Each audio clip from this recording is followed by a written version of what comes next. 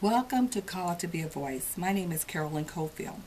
Most people know that the acronyms MADD stands for Mothers Against Drunk Drivers. But after a direct attack on my family, I was so mad. I was a mama on a mission, adamant with an attitude. I was too mad at the devil, ready to start my own revolution. I was sold on being bold. So I came up with another acronym for MADD. It was Mothers Against Demons and Devils. You see, we have a real enemy, and we are in a real war.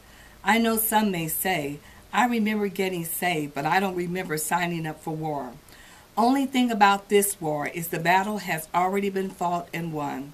We don't fight for victory, but we fight from a place of victory because of what Jesus did on the cross. When Jesus tells us to occupy until he comes, it's more about evicting the present tenants, keeping them from coming back, and not giving up any ground, no space and place for the enemy. For you see, our enemy is a trespasser. He's a legalist and he's a terrorist, and you don't negotiate with terrorists. In the book of Daniel 7:21, Daniel has a night vision where he saw the enemy warring with the saints, literally prevailing until the Ancient of Days stepped in and ruled in their favor. 1 Peter 5, verses 8 through 9 says, Your enemy, the devil, prowls around like a roaring lion, looking for someone to devour. It says, resist him, standing firm in the faith, because you know that your brothers throughout the world are undergoing the same kind of sufferings. I don't know a Christ follower who isn't being harassed by the enemy in some area of their life, whether in their bodies, families, marriages, relationships, ministry, or finance.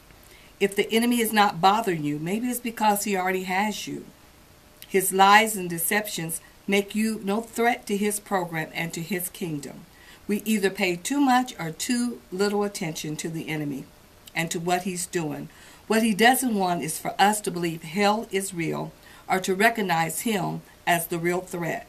Satan's plan for Adam and Eve since the Garden of Eden until this present day has always been to seduce, to trick, and deceive man, to doubt God's love and God's care for them. God created us with the will, and our enemy wants us to choose to disobey God and serve and obey him. Bottom line, God didn't create us to be robots and puppets. He waits to receive our love. God is not mad at us. He's mad about us. John 3:16 says how God so loved the world that he sent his only son to die for us so that we could experience John 10:10, life and that more abundantly. On the flip side, the devil's mission statement is very clear: to kill, steal, and destroy. Think about it. Ungodly people who don't live for God, who don't believe and acknowledge or pray to God, they get mad at God, blame God for the ills of this world. Why aren't they mad at the one who they're serving, the real thief, the real liar, the real killer? You see, the devil is a coward. He won't ever own up to his hate crimes. He's not bad. He's scared. His greatest threat is truth. He hates exposure.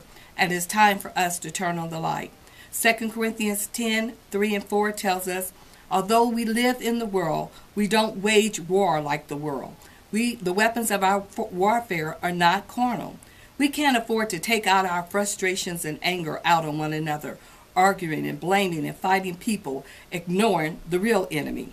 Galatians 5:15 says, if you keep on biting and devouring each other, watch out or you'll be destroyed by each other.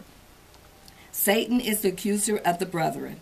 Our enemy is the all-time dirt devil because he plays and fights dirty. When Satan fears the truth, he spreads a lie and he produces a counterfeit. So Ephesians 4:26-27 says, do not let the sun go down while you're still angry, and do not give the devil a foothold. We need to go to bed and wake up every day mad at the devil. I used to think the devil didn't want people to know he exists. He's much too prideful and vain for that. He wants to be glorified and even blessified. But one day, according to Revelations 20:10, he's going to be barbecue fried. This is Sister C, praying that you will experience life and that more abundantly.